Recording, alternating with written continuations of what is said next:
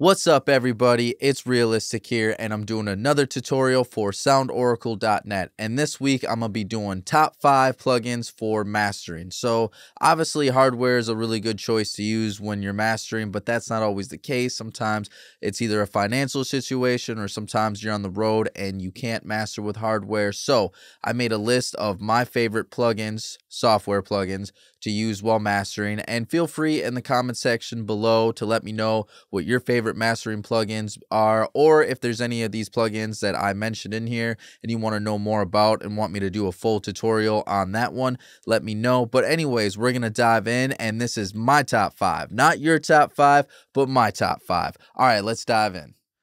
All right, here is my top 5 plugins for mastering, but before I get into the top 5, I want to do a couple honorable mentions, and my first honorable mention is the SSL bus compressor here. There's a few different versions that you can get. You can get the UAD version, or you can also get the Waves version as well. And you can see, too, they have all the same parameters here. Everything's all the same with the setup. This is a great compressor. It's iconic for making stuff sound glue. It's got just a great punch to it. Sounds very modern, very edgy to it. The reason why I had to put it in the honorable mentions and not in my top 5 is there are a couple things that it lacks. I wish that it had a little bit more options for ratios. I wish that the attack and release time weren't notched. And I'm not too big a fan of the metering on here. I do think there's other compressors that have better metering, but this is a great sounding compressor. And if you don't have it, my next honorable mention is going to work just perfect for that because it's stock plugins, and Ableton actually has a stock plugin that is very similar to the SSL compressor, right down to the same exact numbers and everything matching up. You can see the attack time, same notch numbers. You can see the ratio, same notch numbers. It's basically modeled after this plugin right here. So this is also a great option. But yeah, my other honorable mention is stock plugins. You can get a lot done. You can see right here in Ableton, we got a glue compressor, we got limiters, we got an EQ, all things to get you going. So don't sleep on those. All right. So now let's get into my top 5 plugins for mastering. Number 5 is the Shadow Hills mastering compressor. This has been my go-to for bus compressors when I'm mastering. I love it. I think it has an iconic tone to it. I love that it has 3 different possibilities for compression. So we have an optical, we have a discrete. So the optical would be more forgiving and you can push it a little bit more without it going too crazy. Discrete's going to be a little hardcore, a little punchier. And our third option is you can blend the two together. So I think this one has not only a lot of great options on it, but it also has a lot of great sound to it. It may seem a little intimidating at first because of all the parameters, and the interface itself is based on the hardware, so it looks a little crazy looking, but once you get the flow of it, it's not too bad. We have everything that we need in a compressor. We have attack, release time. So let's give a listen how this sounds.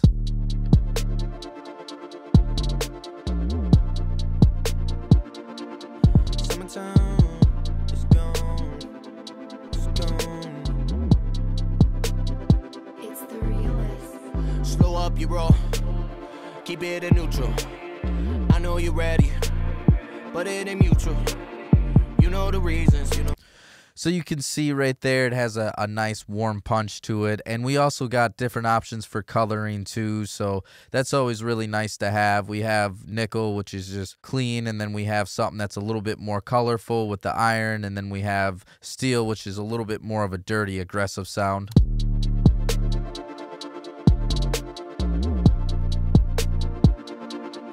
And the last thing that I like about this too is we have 2 different meters on here, and it's cool because you can choose the 2 different meters to be separate. So if you want one meter to show the optical compression and the other one to show the discrete compressor, you can do that. You can also switch them to be output.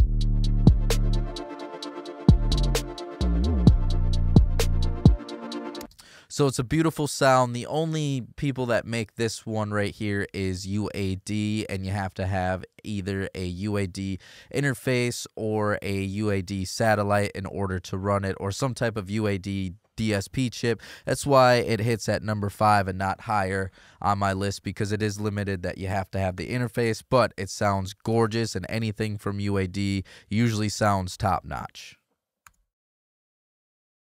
All right, number 4 on my list is FabFilter's Saturn. This one is great. I think it's one of the best types of saturation and excitement out there. What I really like about this is not only do we have a lot of different options for saturation here, but I like the ability to be able to choose multiple bands, so we can get multi-band saturation on our master channel, which I think is really great. And I'll show you some of the options as far as how useful this is and how versatile it is. So down here I can do something a little bit more warm.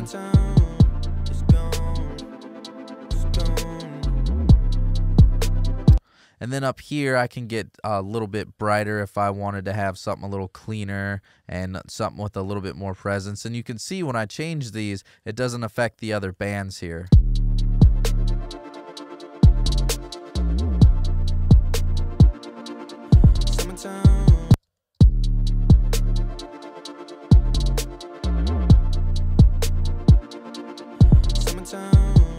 And then I can adjust the level of each band if I want, just to be able to duck down some areas with different frequency bands.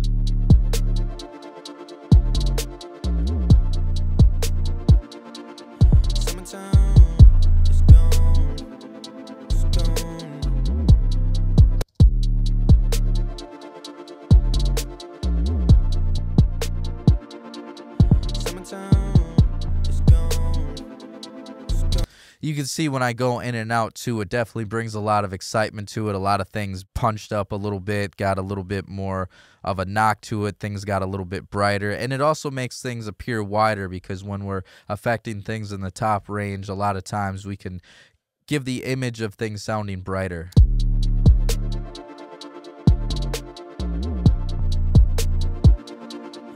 And also the last thing I'll point out is it allows you to adjust your wet dry individually on different bands, which I think this is nice if you're like, I really like how this sounds on the top end. The low end's perfect. I love the mid range, but the top end, I just want a little bit less. So then you can adjust the band here of wet and dry.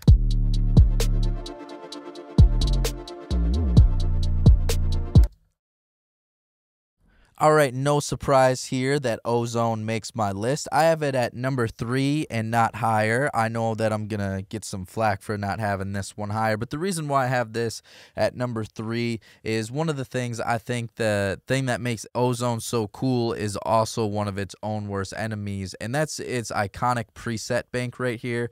And so this preset bank actually made me put it down a few levels on my list. And the reason why is a lot of times people are quick to just go when they have Ozone and just throw on some type of preset right away, like, oh, CD master, then perfect, and then they don't adjust anything from there. And that is at fault of the consumer and the user. And I get that a lot of people that use Ozone might actually go in and adjust things because they really know what they're doing. But the reason why I fault Ozone a little bit is because of these iconic presets. It kind of encourages a lot of new users that really shouldn't be mastering, like, oh, I'll just throw on this Ozone preset and then good to go. And it really lowers the quality of music. A lot of times when you just throw the Ozone presets on, I can always tell when it's a preset too.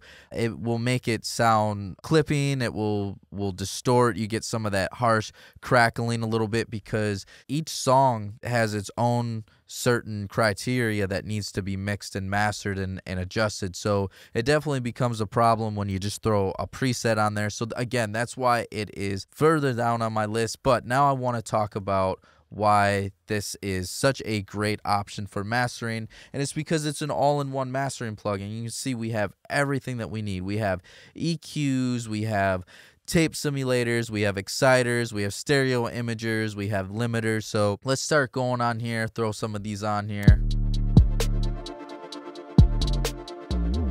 And And you see too with the EQ, we have options for mid and side EQ. And that's always really important with mastering. You want to be able to have the ability to EQ the mids and the sides differently. If you want to know more about that, I actually do have a full video on mid-side EQ, so you can learn a little bit more about that.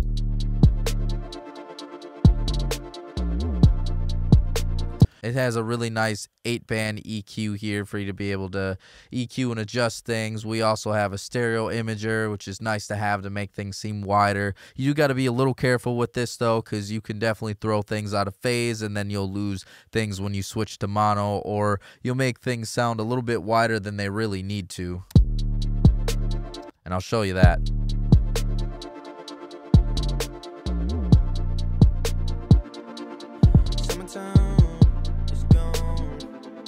So you can see that gets a little crazy when we do that. But what I like about this stereo imager is we have our multi-band stereo imaging, so we can do things a little bit differently down in the low end. Like if we want it to be a little less wide down here, and we want it to be a little bit higher up top here.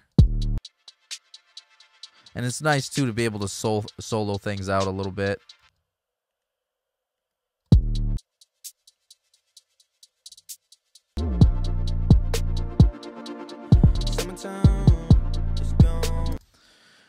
And then too, we have other things too, like an exciter. This one is really iconic. Just like the Fab Filter one, we have a couple bands right here to be able to do.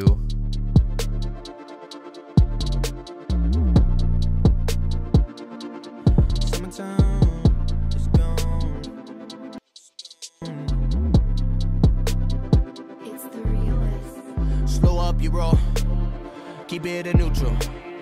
I know you're ready, but it ain't mutual. You know the reasons. Be better if we just keep it to fucking. I say keep it to nothing.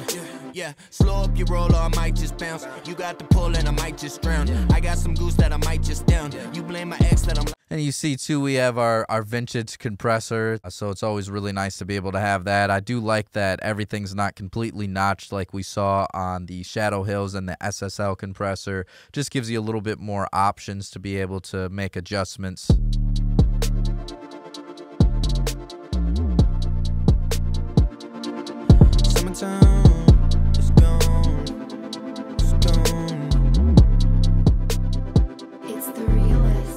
Slow up your roll, keep it in neutral. I know. So you can hear right there that that compressor has a really nice punch to it. And then obviously we have our limiter. You always need a limiter when you're doing mastering. And so it's a really simple limiter, not really much to it. We just have different options for how we want it to sound, analog to modern. We can set our ceiling here. I usually set my ceiling at 0.1 just to give myself a little bit of headroom going out, especially if you're planning on pressing the CD, which nobody really does anymore these days.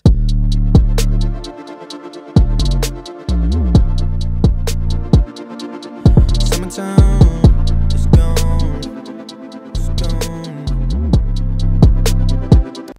So yeah, that's Ozone. A lot of options on there, a lot of possibilities. I do like that we have the ability to add dither. This is really important for adding to your noise floor if you need to. We have other options too of being able to change our types of metering right here. I do wish that it had a LUFS meter in here. This would make Ozone perfect if it did have that. So that's definitely lacking there.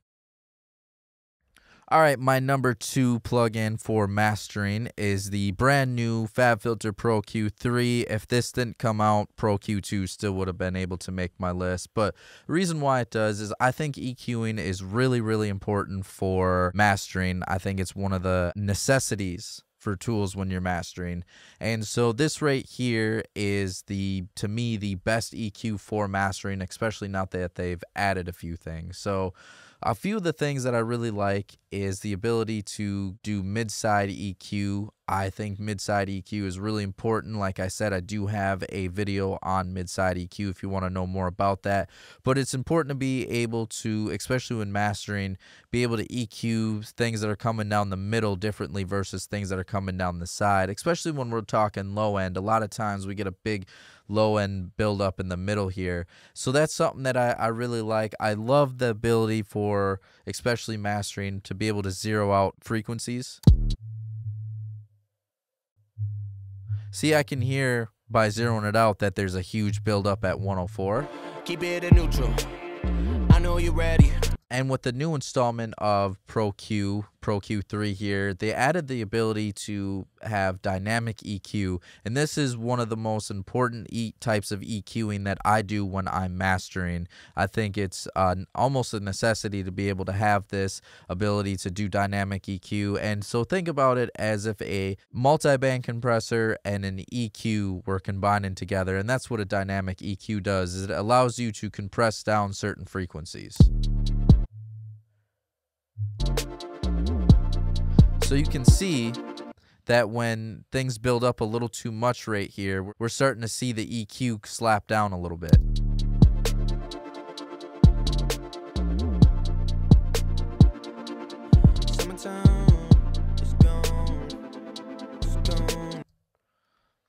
Another thing that I really like about this EQ is you can have up to 24 bands. It's really easy to use, and you can just keep making the bands all together. You can highlight things and change them all together if you want. You can highlight things and delete them. There's a lot of things about this EQ that makes it really easy too. If you're just trying to do shelving, it's very intuitive and smart, so it knows that when you're in the middle that you probably want a bell, but if you're over at the edge that you probably want some type of shelving right here. It also knows that if you just double click that you probably want a filter, so it's very intelligent that way. It just makes it even more useful. Another thing too that's really nice is it gives you the ability to switch from zero latency to linear phase. And when you're mastering, you want to be able to use linear phase. Usually when you're mixing, you want to use zero latency just because it's easier on your CPU. But when you're mastering, linear phase stays a lot truer to your transients and is a lot more smoother when it comes to a lot of different dynamic changes and stuff like that. So I actually did a full review on FabFilter's Pro Q3. So if you're interested in that, check that out. But this EQ is so versatile. There's so many options to it. I can just continuously just affect things differently too. Not only can I do mid and side, but I can also EQ the stereo field differently, and then also EQ the left and right channels differently if I need to. All right, and my number one spot goes to FabFilter's Pro L2. This one was hard. I almost put FabFilter's Pro Q3 in there, but I decided to go with the limiter because limiting is almost synonymous with mastering. I put this one in here because it has a lot of options to it, and they went from Pro L to Pro L2 recently, and just like with the EQ, they made it better, and I was really impressed with this. The thing that I was most impressed with was they added a LUFS meter in here. You can see this right here, LUFS down here. This is really important for making sure things are loud enough or making sure things aren't too loud. A lot of times people will make things too loud, and it's because they're going past the recommended amount of LUFS. So generally the rules are, and you can see too, it can set some metering too, so you can see it. It will go in red when we get too loud to the point of when it goes past. So with streaming, you usually want to try to get to around -15 to -14 LUFS. And then with CD or SoundCloud, you usually want to get to -9 LUFS. If you're just doing SoundCloud, I would stick there. -8 LUFS is the loudest that I would go with that, but that's really, really handy. This is one of the few limiters on the market that actually has a built-in LUFS meter, and that's one of the reasons why it has to go high on my list. The other reason is because of this gorgeous interface. I think FabFilter does a phenomenal job on making things look gorgeous, making things look easy on the eyes, and also really simple and easy to use. You can see we got a lot of different types of possibilities here. We have transparent style of limiter. limiting. We have punchy, aggressive, modern, bus, safe. Usually I go with transparent just because I'm playing it just a little bit safe as far as the coloring goes. I like too that our attack and our release is not notched right here, so that's really nice. It has a look ahead option right here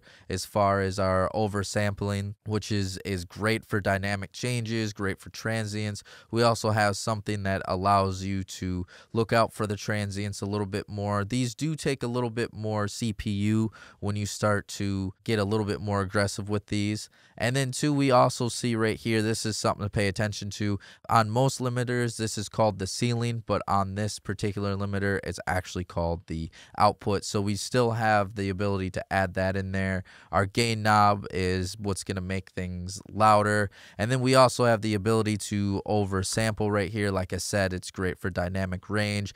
Limiting and oversampling go hand in hand. And then we also have our option to add some type of dithering. Usually just go with the bit depth of the session when you're adding dithering right there.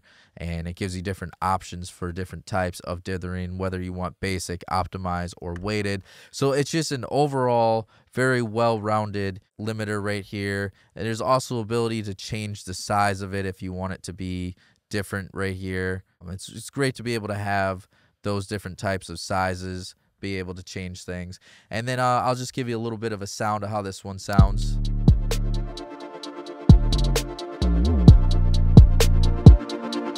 Summertime, it's gone, it's gone. It's the realest. Slow up your roll, keep it in neutral. I know you're ready, but it ain't mutual. You know the. You can see too, as we're going up, the LUFS are going up as well, and kind of hit near where it was for streaming right here. There's a couple different options too for your LUFS meter. Integrated is the overall average amount of LUFS that's going on for the entire play of the song. We have short term, which shows you the LUFS within the last 3 seconds. And then we have momentarily, which shows you instantly what the LUFS are. We can see that one changes a lot more frequently, and that one's a little bit harder to pay attention to and really get where you're at. So I usually monitor between short term and integrated just to be able to get a good feel.